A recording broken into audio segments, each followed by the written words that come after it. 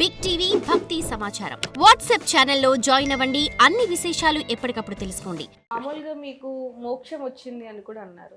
అంటే ఎలా వస్తుంది అసలు? ఎన్లైటన్మెంట్ అంటేనే మోక్షం. ఎన్లైటన్మెంట్ స్థితి పొందడమే మోక్ష స్థితి. దేవుని చూసారా మీరు? నేను కూడా ఒక దైవ స్థితిని పొందిన. నేను కూడా one of the deities. Recent ఎలా కనిపించారు? అంటే ఒక్కొక్క అంటే మీరు గతంలో చూసుకుంటే యముడు మనకు సినిమాలో చూపించినట్టుగా ఉంటాడు, అక్కడ వేరు అని చెప్పారు. ఎలా ఉండేది అనేది కూడా మీ మాటలు విందాం. మరి దేవుడు ఎలా ఉన్నాడు? నిజంగానే శివుడు రూపంలో ఇప్పుడు మనం ఏదైతే మూవీస్ లో చూడడం గుళ్ళో చూసినట్టుగా ఉన్నాడా, లేకపోతే ఎలా ఉన్నారు? వాళ్ళు రూపాలు తీసుకోగలుగుతారు. వాళ్ళు మన దగ్గరకు వచ్చేటప్పుడు, మన ఈ భూలోక మనుషుల దగ్గరకు వచ్చేటప్పుడు మనం వాళ్ళని యాక్సెప్ట్ చేయాలి కాబట్టి ఒక మనిషి రూపం పెట్టుకుంటాడు. శివునికి రూపం అనేది ఉండదు. నేను ఎట్లా అంటే ఫర్ ఎగ్జాంపుల్ మీరు ఇది ఇల్లాజికల్ ఉండొచ్చు, నిజంగా అఘోరాగా అయిపోయిన తర్వాత, పూర్తిగా పరిపూర్ణ అఘోరా అయిపోయిన తర్వాత శివుడిని మీరు చూడడం ఉండదు, శివుని లింగాభిషేకం అవసరం లేదు, శివుని దర్శనం అవసరం. మీరు శివుని తాగగలుగుతారు, టేస్ట్ వస్తుంది మీకు. శివుని అనేటనే మీ బాడీలో ఇలా ఒక వాటర్ ఫాల్ లాగా దిగుతూ ఉంటాడు. ఆ టేస్ట్ అనేది లోపల నుంచి వస్తూ ఉంటుంది. We can drink Shiva. ఇది కంప్లీట్ ఇల్లాజికల్ అనిపించవచ్చు.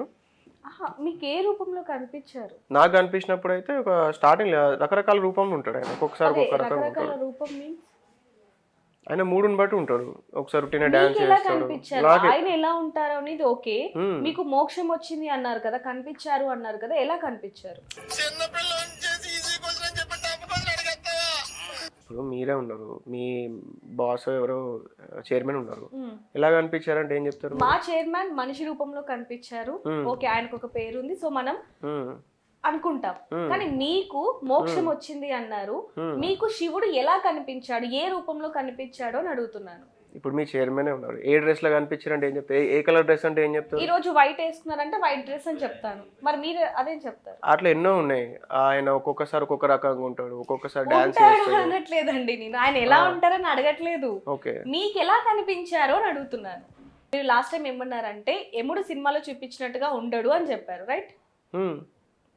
శివుడు ఇప్పుడు ఏదైతే సినిమాల్లో చూపిస్తున్నారో, ఏదైతే గుళ్ళో ఆకారాలు ఉన్నాయో అలా కనిపించాడా మీకు అని అడుగుతున్నాడు. ఎలా కనిపించాడు? హైట్ ఎక్కువ ఉంటది, చాలా టాల్ ఉంటాడు, ఓకే, మస్క్యులర్ ఉంటాడు, బాగా వెరీ స్ట్రాంగ్ అన్నట్టు ఉంటాడు, చెయ్యి ఇంత పెద్దగా ఉంటది. మీకు కనిపించారు అలా? సో పామేం ఉండదు, మెడలో పాము అయితే ఉండదు. లేదు అంటే నాకదే డౌట్ వచ్చింది అప్పుడు. సినిమాలలో పాము చూపించారు, ఇక్కడ పాము లేదు ఏంటిది అని చెప్పాను. అంటే ఎలా అనిపించింది ఆ రోజు? ఆ ఫీలింగ్ ఏంటి, ఎప్పుడు, ఎలా, ఏంటి? స్టార్టింగ్ లో బాగా ఎక్సైట్మెంట్ ఉంటుండే. నాకు శివుడు కనిపించిండు, నేను కూడా స్పెషల్ ఏదో అనుకుంటుండే. మళ్ళీ కనిపించరికి ఓకే, 4-5 సార్లు కనిపించిన తర్వాత నేను లైట్ అనుకున్నాం. 4-5 సార్లు కనిపించారా మీకు? తర్వాత నేను ఎన్నో వందల సార్లు కలిసిన. అఘోరాలకి శివుడు, మీరు ఎప్పుడైతే మీరు జెన్యున్గా మీరు ట్రైన్ అవుతారో, దీంట్లో జెన్యున్గా దిగుతారో, జెన్యున్గా సాధన చేస్తారో, శివుడు ఒక మాస్టర్ లాగా అవుతాడు. శివుడు కనిపించడం అన్నది పెద్ద ఏదో కాదు, కామన్ అయిపోతుంది. మీకు ఒక్కసారి ఎక్సైట్ అవుతారు, 2 సార్లు ఎక్సైట్ అవుతారు, 10వసారి మీకు ఏమంత పట్టించుకోరు, మీరే లైట్ తీసుకుంటారు, కనిపించిన కూడా చూస్తారు, వెళ్ళిపోతారు.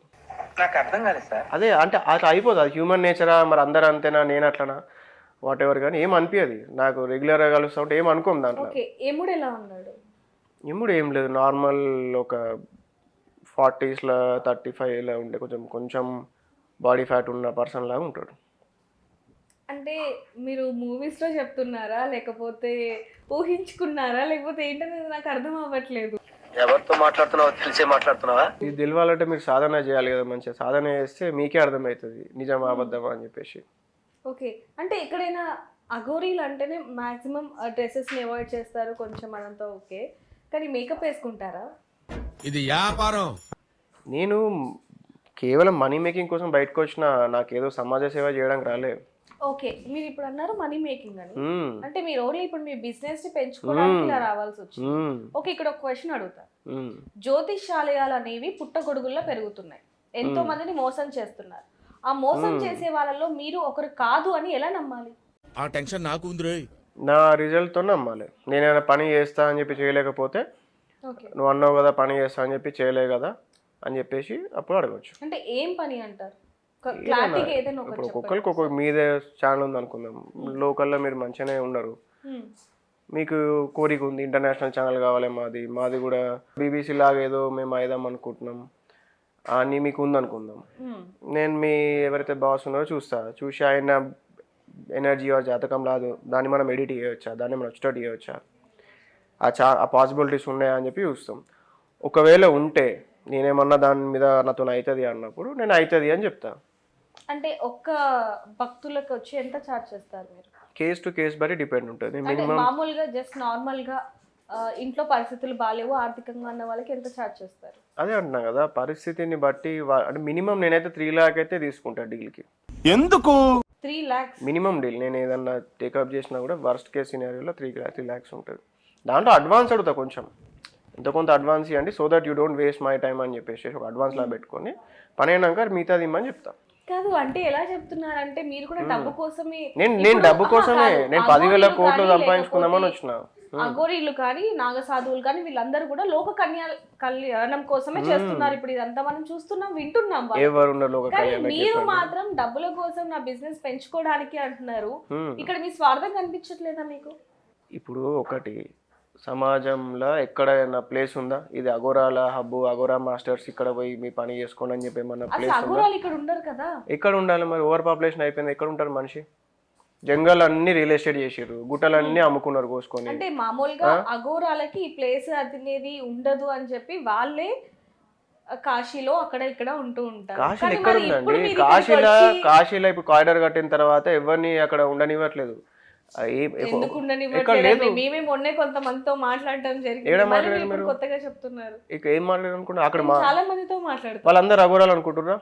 మరి మీరు అఘోరాలు అనుకోవాలా? మేము అనుకోవాలి. సార్ మీరు చెప్పినట్లే వాళ్ళు కూడా మాకు చాలా చెప్తారు. ఏం చెప్పారు? మరి వాళ్ళని నమ్మినప్పుడు మిమ్మల్ని ఎలా నమ్మాలి? నన్ను నమ్మకండి, వాళ్ళని నమ్మకండి. మీరు రీసెర్చ్ చేయండి, మీరు సాధన చేయండి. ఒక ఎన్లైటన్ మాస్టర్ అంటే ఎవరు, అసలు అఘోరా అంటే ఏంటిది? అఘోరా ఒక్కటే మార్గమా ఎన్లైటన్మెంట్ కి? ఇప్పుడు వైష్ణవులు ఉన్నారండి. కాదు ఇప్పుడు అదే అండి నేనేమంటాను అంతకంటే ముందు ఒక చిన్న క్వశ్చన్, మీరు ఫేక్ కాదు అని ఎలా నమ్మాలి? నేను ఏం చెప్తున్నా, మీరు చాలా క్వశ్చన్స్ అడిగారు. ఫర్ ఎగ్జాంపుల్ లోక కళ్యాణం గురించి అడిగారు. నేనేమంటున్నా, లోక కళ్యాణం చేద్దామన్న ఇంటెన్షన్ నాకు ఉండే ఇన్ ద బిగినింగ్. బయట తిరిగిన తర్వాత నాకు జరిగిన ఎక్స్పీరియన్సెస్, నన్ను అన్న మాటలు, నాకు చేసిన ఆబ్స్టకిల్స్ కానీ, నాకు క్రియేట్ చేసిన ప్రాబ్లమ్స్ కానీ from the society, from the people, only from the Hindu community. మళ్ళీ వీళ్ళు ఎవరో వేరే కమ్యూనిటీ వాళ్ళు, వేరే తెలియని వాళ్ళు కాదు. వీళ్ళందరూ నాకు పెట్టిన ఇబ్బందులు, నాకు చేసిన డ్యామేజెస్ వల్ల నేను ఫిక్స్ అయిపోయి నేను ఈ సమాజానికి లోక కళ్యాణం చెయ్య. At the same time there are some spiritual seekers who are really interested in spirituality. వాళ్ళని కూడా నేను కలవడం అన్నది జరిగింది. సో వాళ్ళకి హెల్ప్ కావాలి అని చెప్పి అనిపించి వాళ్ళ కోసమే నేను ఈ పని చేస్తున్నాను. ఓన్లీ నేను మరియు ఆధ్యాత్మిక సాధకులు, me and my students only. వీళ్ళ కళ్యాణము, వీళ్ళ హ్యాపీనెస్, వీళ్ళ లగ్జరీ, వీళ్ళ కంఫర్ట్స్, వీళ్ళ ట్రైనింగ్ వర్క్ మాత్రమే నేను చూసుకుంటా.